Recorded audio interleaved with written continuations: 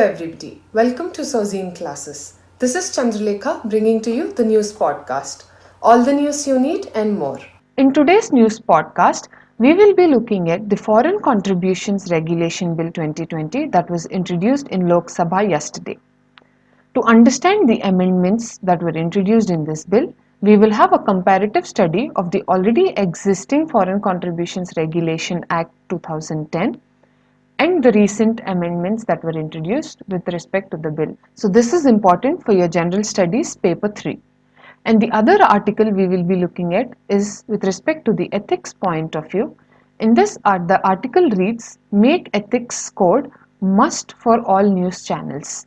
In this article we will understand the reasons to make the ethics code of the News Broadcasting Association mandatory for all the news channels. The bill says that amendment is required to enhance transparency and accountability in the receipt and utilization of foreign contributions worth thousands of crores of rupees every year and facilitating the genuine non-governmental organizations or associations who are working for the welfare of the society. Let us now understand the amendments introduced in the bill with respect to the already existing FCRA Act of 2010. So under the Act, certain persons are prohibited to accept the foreign contributions. Who are those persons? People like election candidates, editor or publisher of a newspaper, judges or government servants, members of any legislature, political parties, among others. So the newly introduced bill includes public servants also. So not just these all, along with these, it also includes the public servants. It defines public servants as those persons who is in service or is paid by the government or who is remunerated by government for the performance of any public duty. Under the Act, the foreign contributions can be transferred to people or individuals who are registered and also people with prior permission to accept under the Act to obtain foreign contributions. But the newly introduced bill prohibits contribution to any other person. Under this bill, it defines persons as individuals or associations or registered companies. So if you compare, so the already existing act makes sure any individual or any association who are registered or who have a prior permission to accept these contributions can accept transfer of foreign contributions. But the bill prohibits the individuals or associations from taking any contributions of foreigners. So the persons who can accept, as already mentioned above, the registration from central government or with prior permission from the government. So in order to accept the foreign contributions under the newly introduced bill, they have to provide with the Aadhaar card. So Aadhaar of all its office bearers, directors or key functionaries as an identification document. So just being registered or having a prior permission is not enough in order to accept foreign contributions with the newly introduced bill. So this bill mandatorily asks for the Aadhaar documentation of all the office bearers related to the contribution that is made to that particular association. If the contributor is from a foreign aid, then the copy of a passport or the overseas citizen of the Indian card for identification is mandatory.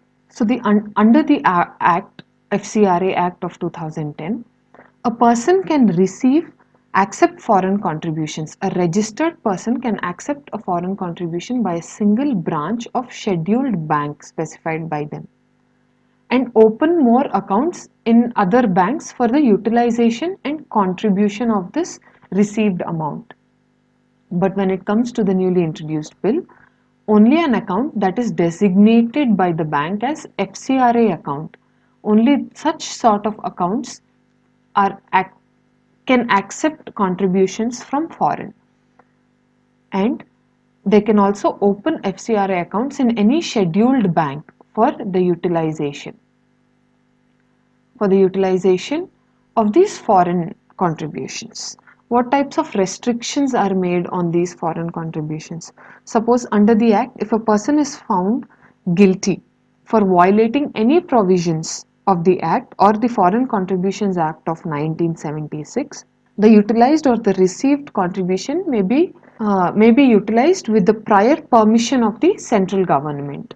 So the central government can provide prior permission for utilizing this. So in case even if you are found guilty of violating any rules, you will have to have the central government's permission in order to use this amount again, or make a prior approval of the central government. But when it comes to the newly added bill, the government may restrict the usage of this utilization of foreign contributions. So the government can put its restrictions on where, how and when to use these foreign contributions once noticed violated. This sort of a restrict usage can also be done only after an inquiry is put up. Only after an inquiry is put up and it provides with a summary. Only after this the government can restrict the usage of this utilization for the contributions made. When it comes to renewal of the license, the earlier act mentions that already a registered person, any person who has the registration can renew the certificate within 6 months of the expiration. So there will not be any sorts of inquiries or anything. But the new bill introduces that there should be an inquiry conducted by the government before renewing. So why is this inquiry needed? This is important to make sure that the person who is applying for the application is not any fictitious person or a benami of somebody, or all his activities are aimed at religious conversions, and he shouldn't be found guilty of misutilizing these funds among other conditions that are mentioned with respect to the bill. So only under these circumstances the certificate can be renewed within 6 months. So only after an inquiry is put up and that inquiry is passed, only after then the registration will be renewed for under this new bill that is introduced. So under this already existing foreign contribution, the contributions that are made for administrative purposes, they can use not more than 50%. So that is less than 50% of the contributed money can be used for all the administrative purposes of these NGOs or associations or societies or individuals who are registered under the FCRA Act. But the new bill says that the administrative purposes should not use more than 20% of the contributed amount. So this has reduced it from 50% to 20% of the amount. And when it comes to the suspension of this registration, so the registrations of a person should be suspended not exceeding 180 days. So whenever a person found guilty or anything happens, then this registration can be suspended for not more than 80 days. But the new bill says that along with this 80 days, it can be extended up to 180 days more.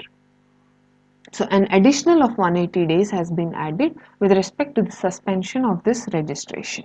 The newly introduced bill provides an additional provision, that is for the surrender of certificate, which means that the central government can give permission to permit a person to surrender their registration certificate. That is, after putting up an inquiry, whenever they come for the renewal and after putting up for the inquiry, if the government is satisfied that this person has not contravened any provisions of the Act and the management of its foreign contributions and has been vested in an authority prescribed by the government. So under any of these situations, if found guilty, permits the person to surrender their registration certificate. So this is all about the Foreign Contributions Regulation Bill that was introduced yesterday, that is September 20th, 2020 in the Lok Sabha. So the ultimate aim of this amendment that is introduced in Lok Sabha is to have transparency, and accountability.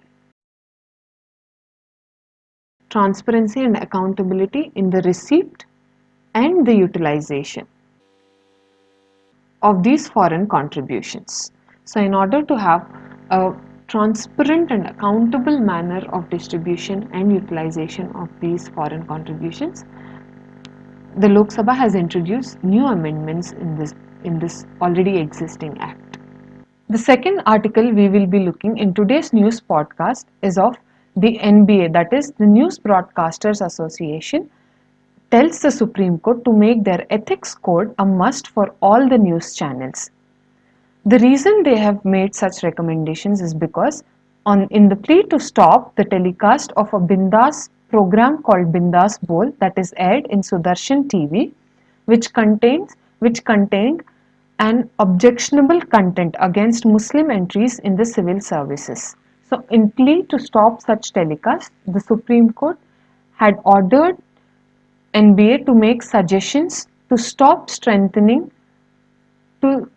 to strengthen the self-regulatory mechanisms to prevent or penalize airing of communal or derogatory content on electronic media. So what recommendation did the NBA make? The NBA has told the Supreme Court to make their code of ethics against airing malicious, biased or regressive content applicable to all news channels. That is, which means that whether the news channel is a member of NBA or not, the NBA has suggested this to make, which means that if they include their ethical code in the Television News Network Rules 1994, this will be applicable to all the news channels irrespective whether they are a member for the NBA or not.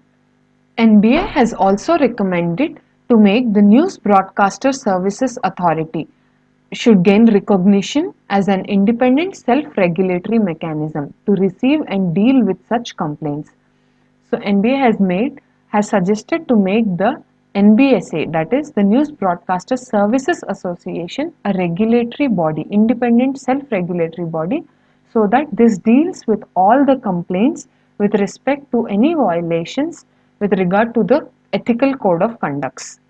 It also mentions that NBSA's regulations should be made stringent and all the penalties that are under this NBS should be made stringent, and primarily NBSA regulatory mechanism should be made mandatory for granting or renewal of uplinking or downlinking permissions by the government. So this way, if the NBSA gets an hold on its ethics code of conduct, ethics code, and if given and made an independent body, it gains all the powers and maintains as an independent body, looking at not having such problems like the Bindas Bowl situation further in the future. These are few of the ethical codes that are mentioned under the News Broadcasting Association. So they are impartiality and objecting in reporting, ensuring neutrality, sex and nudity, privacy, endangering national scrutiny, refraining from advocating and encouraging superstitious and accountism.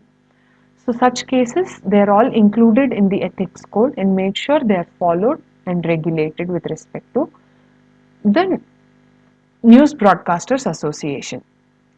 So this is all you have to understand with respect to this article. This comes under the ethics part of your paper, general studies paper.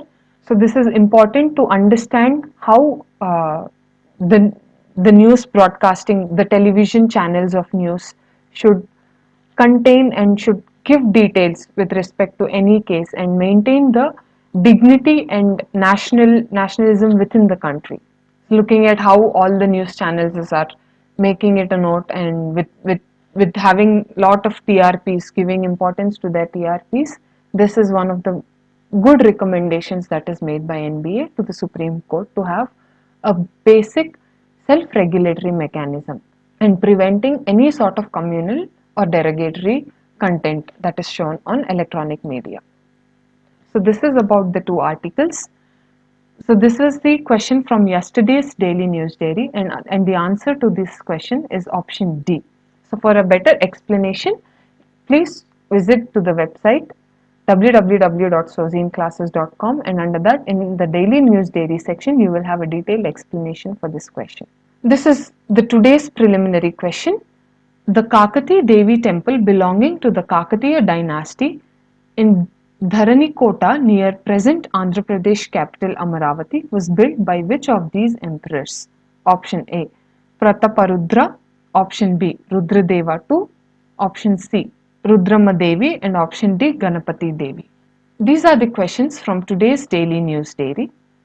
So let me read out few of them for you. Write a note on the present international system and how its structure poses enormous obstacles to the global peace. This covers the essay paper. Question number 2. Describe the age-old Kashmiri culinary tradition that the pandemic put a hold to. Question number 3. What are the additions and changes that have been introduced in the FCRA with Foreign Contribution Amendment Bill 2020? So we have discussed about this today.